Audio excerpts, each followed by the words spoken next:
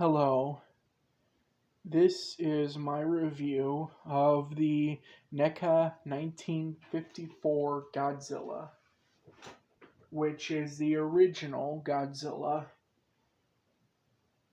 So, I watched the movie uh, Gojira from 1954. It's actually free on YouTube if you want to watch it.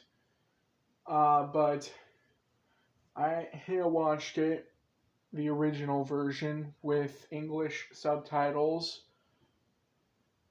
Uh, which is which is one of the best ways to watch the movie. A step above would be actually watching it in a movie theater with period appropriate equipment. But anyways, so I can give a little review on Gojira as I review this figure. I really liked the movie. I'm not going to go too in depth, mostly about Godzilla or Gojira. Gojira, the name is a combination of two Japanese words meaning gorilla and whale. So, size of whale, strength of gorilla, I think. And originally, they were going to use stop motion to portray Gojira, but they didn't have the funds necessary since it was literally 10 years, about 10 years after the bombings of Hiroshima and Nagasaki, about 10 years after Japan surrendered to the US at the end of World War II. So they instead made a new way of portraying giant monsters in movies called suitmation, which is where they make a big suit around a guy and they have him stomp around in a monster like way in a tiny city. Like, yeah. And the original guy who played Gojira was Haru Nakajima. He was incredibly dedicated to his work. The original Godzilla suit was made with things like rubber and concrete and I think iguana skin. And it had zero ventilation. So combine having to have hot studio lights shining down on you in this suit that is incredibly thick, heavy, no ventilation, very little way to breathe actually, and also with fire around you in some shots. And you had to perform and give your all to actually move around and stomp and destroy buildings and stuff. So, yeah, uh, the fact that he didn't give up and even after continued to play Gojira up until Godzilla vs. Gigan, that was that is incredible dedication to the part, and he really strive for that kind of dedication to the craft and all that of acting in a suit. That would actually be pretty fun, actually, to go around in a Godzilla suit and stomp around and fight other guys in Godzilla character suits and fight them and stuff. That actually would have sounded pretty fun. Anyways, so the figure, it has no accessories, so it's going to be shorter of a review a little bit. So the painting and sculpting, I like that it's in grayscale because The original movie is in black and white because it was made in 1954. I think before colored TVs were a thing, before colored movies were a thing.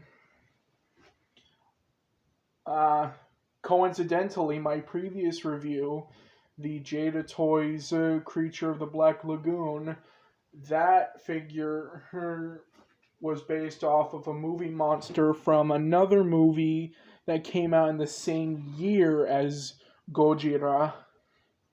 So that's crazy coincidental.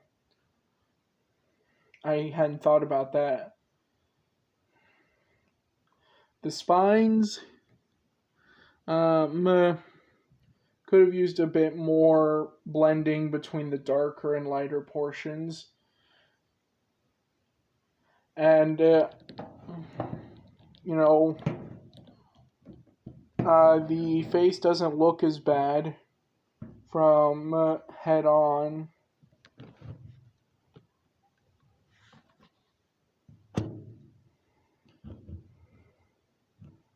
The face doesn't look as bad from head on as it did in the movie. In the movie, Gojira kind of looked like a weird dead Muppet creature. Anyways, but this figure looks way better from head on than the original suit. I do like how it's sculpted to look like the suit. There's wrinkles and folds everywhere on the body, which makes it look like it's a latex suit. Anyways, posability. So the mouth can open.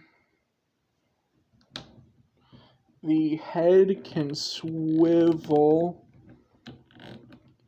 There's a joint here. Then there's a joint at the bottom of the neck. Can allow it to look up, not that far. Look down a little bit. Move side to side. Then there's a waist.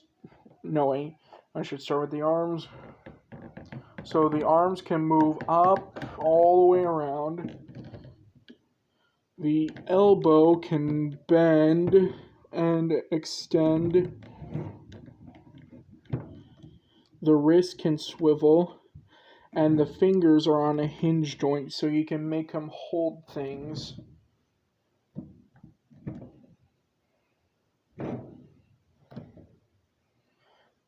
Anyways, the waist can swivel.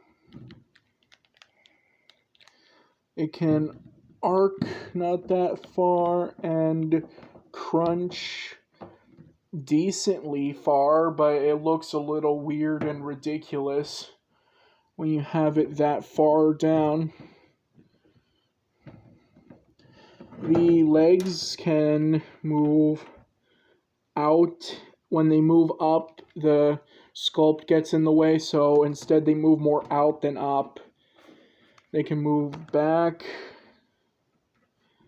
The knee can extend a little bit, not that much, but you can see there is a knee joint.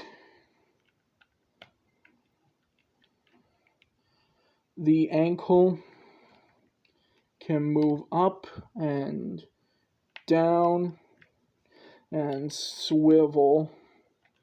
That's about it.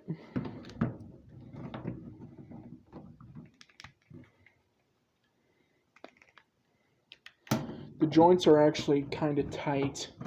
I could have done with them being a little bit looser. The tail is on a ball joint at the base, ball joint here, and a ball joint here. So every 2 segments of the tail, there is a ball joint.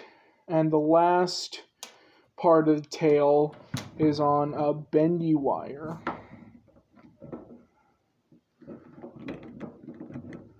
As you can see, I wish that there were more ball joints, and I wish the tail was longer. And and that a smaller part of the tail had a bendy wire, because it is actually kind of hard to pose the tail. So, as for a rating, I give this 2.5 out of 5. Let's bump it up to a 3. Sorry, 3 out of 5. There are no accessories. I know that there is a version with accessories. It is one atomic beam part, but I got the version that didn't come with an atomic breath part. But it is also in grayscale, and I heard it pegs into the mouth, like the roof of the mouth. So, yeah, posability, it's okay. I could have done with a longer tail with more ball joints, and also with maybe better legs. But yeah, 3 out of 5. The only reason why it's a 3 out of 5 for me is because I really like Godzilla. I'm a little biased. And also that there's another version with atomic breath that I didn't get. So, yeah. Hot take, I think every single Godzilla figure that any company ever releases should come with an atomic breath part that is accurate to the movie or show version of Godzilla. That is my hot take. Anyways, this has been my review. NECA 1954 Godzilla. Anyways, bye.